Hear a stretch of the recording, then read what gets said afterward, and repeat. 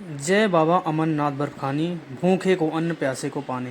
Ganesh top से दर्शन करने के बाद जब हम लोग आगे आगे बढ़ते हैं, तब हमें चलना होता है पंचतरणी गंगा के लिए।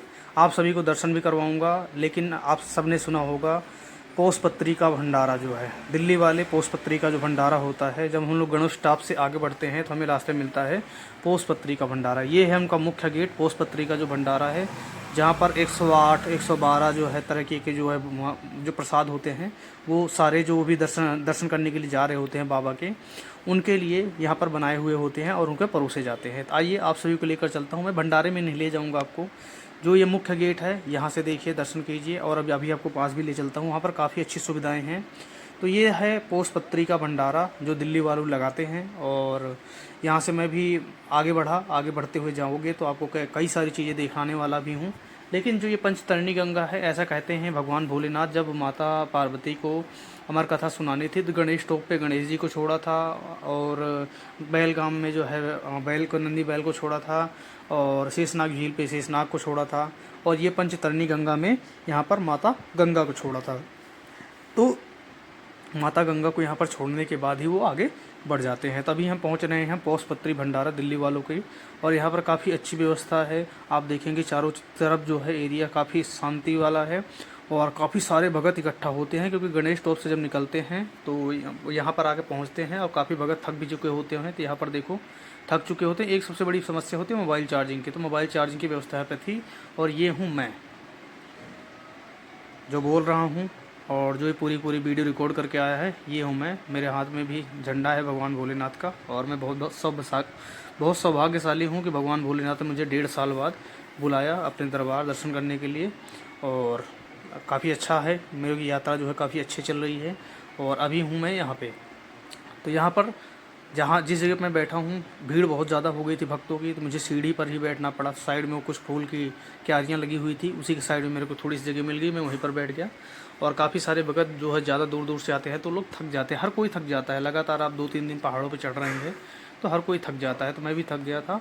और इस तरीके से यहाँ पर जो पोसपत्री का भंडारा लगा हुआ था, काफ़ी अच्छा भंडारा था। लेकिन यहाँ पर उससे भंडारे से अच्छा खास क्या था, यहाँ पर भगवान भोलेनाथ का एक मंदिर बनाया गया था। यहाँ पर भगवान भोलेनाथ का पूरा परिवार, शिवलिंग, जितने कैलाश है, सारे कैलाश के जो भगवान भोलेनाथ के बड़े बड़े मंदिर हैं, विश्व विख्यात जो मंदिर हैं भगवान भोलेनाथ के, उनकी सारी प्रतिमाएं यहाँ पर उकेरी गई थी। और यहाँ पर ये सामने वाइट कलर का देखेंगे, आई लव महादेव करके इन्होंने एक प्लास्टिक का लाइट वाला जो बोर्ड होता है वो भी लगाया हुआ है। तो रात में आप आते हैं तो यहाँ पर आपको अलग तरीके का नज़ारा देखने को मिलता है।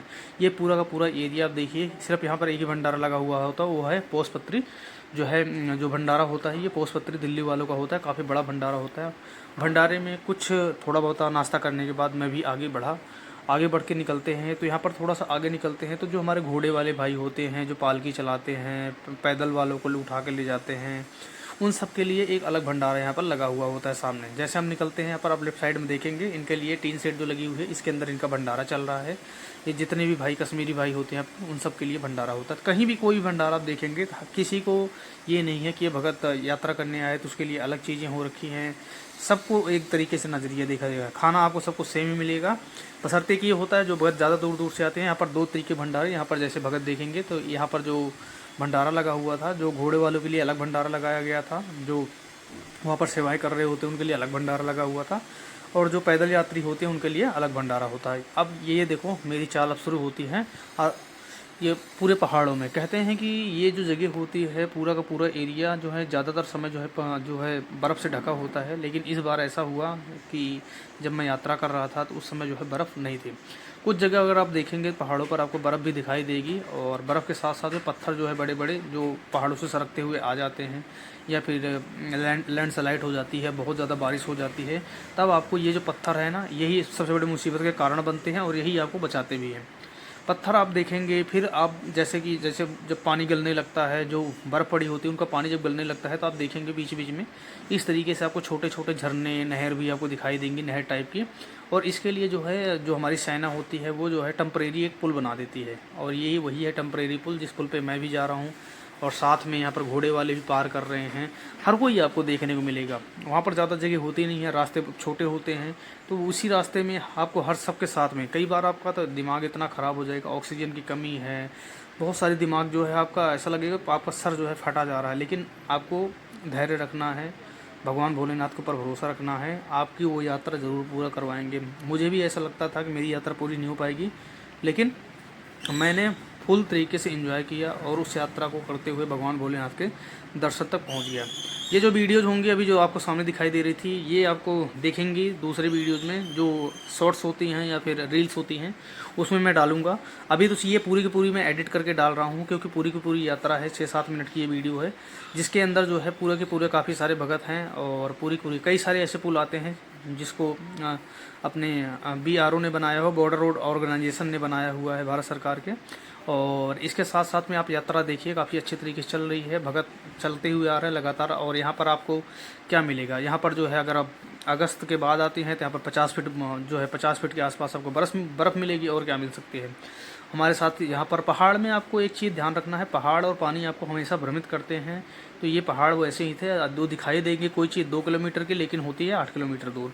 सेम सिचुएशन हमारे साथ एक भगत थे, ये इन्होंने जो है झंडा लेकर यात्रा कर रहे थे, काफ़ी दूर से थे, और इनके साथ ग्रुप में काफ़ी सारे भगत थे। तो मैं भी इसी ग्रुप के साथ में आगे चलता हुआ आप सबको दिखाई दूंगा। लेकिन यहाँ पर चीज़ें थोड़ी सी अलग होती हैं। यहाँ पर देखो, ये चारों तरफ मैं वही दिखाने की कोशिश कर रहा हूँ, बर्फ़ जमी हुई है चारों तरफ पहाड़ों पे। और ऐसा भी नहीं था, उस समय बर्फ़ नहीं पड़ रही थी, लेकिन हो सकता है बर्फ़ रात को पड़ भी सकती थी।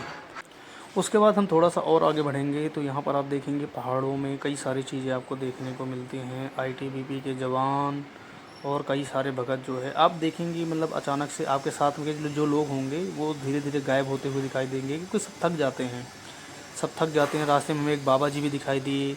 ऐसे कई सारे, देखो रास्ते कैसे हैं, आपको पूरा पहाड़ी वाला इलाका है, चारों तरफ थोड़े थोड़े पहाड़ हैं, छोटे छोटे पहाड़ हैं, जिसको जहाँ पर जगह मिल रही है वो वहीं पर बैठ जा रहा है। चारों तरफ एक ऐसे पहाड़ हैं जिनके ऊपर ना घास है, ना पत्थर है, ना कुछ है, ना पानी है, ना उस पर बर्फ़ जमी हुई है, एकदम सूखे सूखे पहाड़। ये हैं पत्थर वाले पहाड़ यहाँ पर 3 टाइप के नहीं लेंगे। एक ऐसे पत्थर जो छोटे छोटे पत्थर वाले होते हैं, बड़े बड़े पहाड़, मिट्टी वाले पहाड़, घास वाले पहाड़, बहुत सारे देखने को मिलते हैं हम सभी को। तो ये थी हमारी यात्रा अमरनाथ की, और मिलते हैं किसी और वीडियो में अमरनाथ की यात्रा में ही।